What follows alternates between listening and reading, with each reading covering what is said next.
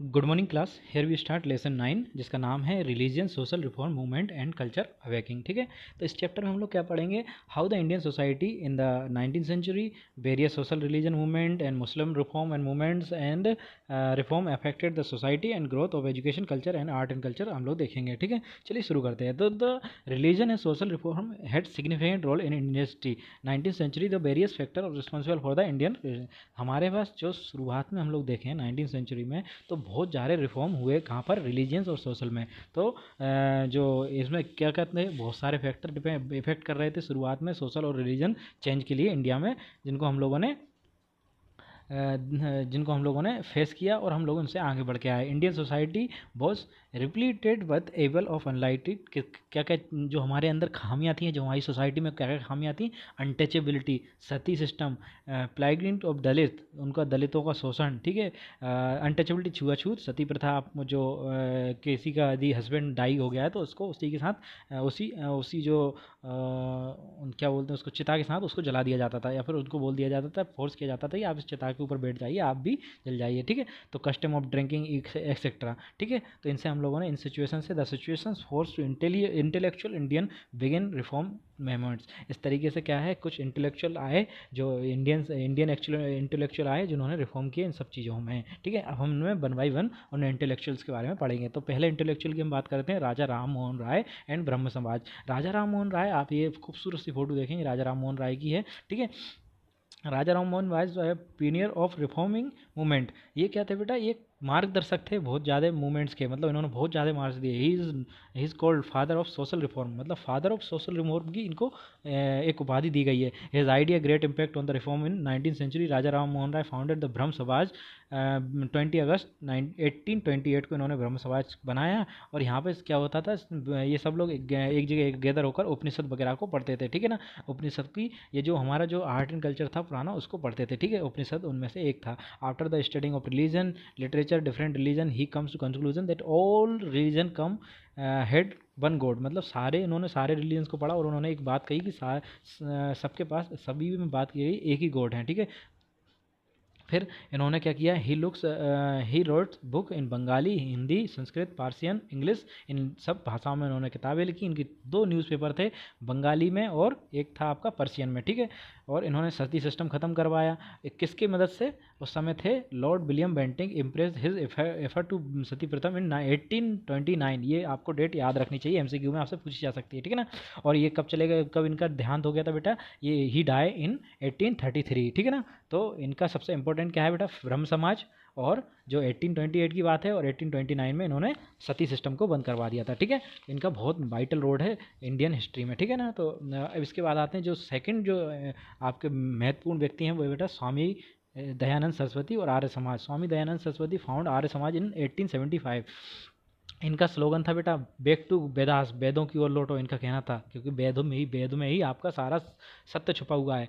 His major book is Satyarth Prakash इनकी major book थी। ये भी आपसे MCQ में पूछा जा सकता है। Arya Samaj play major role in social religion literature and education. ये पास्ट अवे 59 ईयर के ओल्ड के थे जब ये चले गए थे। ये आपकी फोटो दी हुई स्वामी दयानंद सरस्वती जी की। ठीक है, तो इनका बचपन का नाम था Mool Shankar. First campaign for spread Hindi and pledge for Swaraj, follow Arya Samaj. 10 principal हुआ करते थे आर्य समाज के, जिनको फॉलो करना पड़ता था सबको। आप ये गूगल करके देख सकते हैं। Arya Samaj oppose child marriage को उन्होंने बोला था कि ये उसका विरोध करते थे, और जो विधवाओं का दोबारा शादी करानी चाहिए, विधवा रीमैरिज के लिए इन्होंने बहुत प्रयास किए। ठीक है, अब सेकंड जो आता, फिर नेक्स्ट आते हैं आपके महादेव गोविंद रानाडे। ये इन्होंने प्रार्थना समाज की स्थापना की थी। तो क्या प्रार्थना समाज कब इन्होंने बॉम्बे में 1867 में स्टेबलाइज किया था प्रार्थना समाज। ठीक है, और इनके साथ कुछ लोग और थे, रामकृष्ण गोपाल और आपके आत्माराम पांडुरंग। ठीक है, तो ये 2 लोग और थे इनके साथ। द प्रार्थना समाज work for improvement the status of women and advocate the widow remarriage. मतलब ये वुमेन्स के स्टेटस को सपोर्ट करते थे कि उसको इम्प्रूव किया जाए और उनकी दोबारा से शादी की जाए अगर वो विधवा हो गई हैं तो, ठीक है ना। Rana they believe in education important bringing about the awareness society, उनका एजुकेशन में बहुत बिलीव था कि एजुकेशन करना चाहिए। हिंदू मुस्लिम एकता के ऊपर काम करते थे ये। गर्ल्स को lower start school for lower class के लिए, जो लोअर क्लास की गर्ल्स होती थी उनके लिए स्कूल्स वगैरह स्टार्ट किए इन्होंने, ठीक है। फिर he found the Deccan education society in 1884, open school which was later known as famous Fergusson college of Pune, ठीक है। और इनका जो लास्ट वर्क इसमें दिया हुआ है 1905 में, गोपाल कृष्ण गोखले ऑल्सो सपोर्ट प्रार्थना समाज, ठीक है। इन्होंने प्रार्थना समाज के लिए काम किए, ठीक है। अब आते हैं जो नेक्स्ट हमारे इंटेलेक्चुअल हैं, उनका नाम है ज्योतिबा फुले। इनने सत्यशोधक समाज की स्थापना की थी, ठीक है। ये पर्टिकुलर कहाँ से रिलेटेड थे? महाराष्ट्र से, ठीक है। The ongoing social reform movement in Bengal and Bombay inspire Jyotiba Phule. He founded Satyashodhak Samaj in Maharashtra.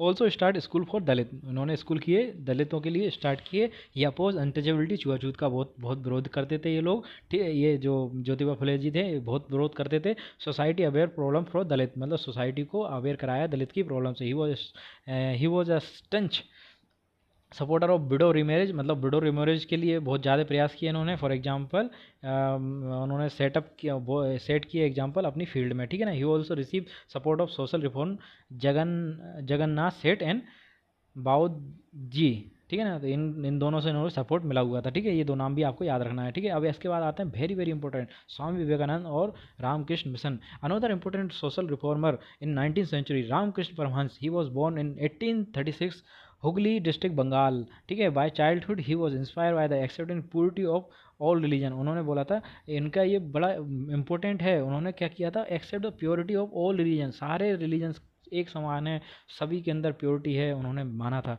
ये बहुत इंपॉर्टेंट पॉइंट है बेटा, ठीक है ना। Declaring the Indian culture supreme, he favoured ideal worship, ठीक है। All the reform were highly impress by that Ramakrishna Paramhansa, ठीक है। हिज फेवरेट उनका जो स्टूडेंट थे एक, क्या नाम था उनका, स्वामी विवेकानंद। उन्होंने आगे चलकर उनकी टीचिंग्स को आगे बढ़ाया। Swami Vivekananda was born in well-to-do family Bengal in 1863।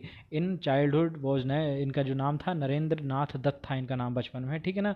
तो it was search of knowledge that led him to Swami Ramakrishna, मतलब उनके अंदर जिज्ञासा थी कि उनको ज्ञान प्राप्त करना था, उनको ज्ञान की बहुत भूख थी, तो वो उसको ढूंढते ढूंढते किसके पास आ गए, रामकृष्ण परमहंस के पास, ठीक है ना। तो वहाँ उसके बाद उनको Vivekananda stabilise Ramakrishna mission in 1897, उन्होंने रामकृष्ण मिशन की स्थापना की। आप अभी अपने आसपास के एरियो में इनका ये ऑर्गेनाइजेशन देख सकते हैं।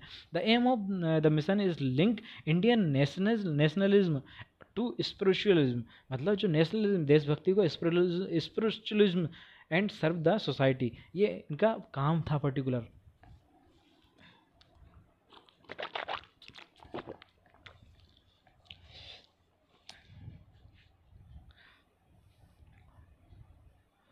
ये आपको याद करना है क्योंकि ये आपको क्वेश्चन में पूछा जाएगा। The main aim of the mission is link Indian nationalism to spiritualism, मतलब उन्होंने अध्यात्म से जोड़ दिया उस चीज़ को, ठीक है ना, एंड सर्व द सोसाइटी, ठीक है।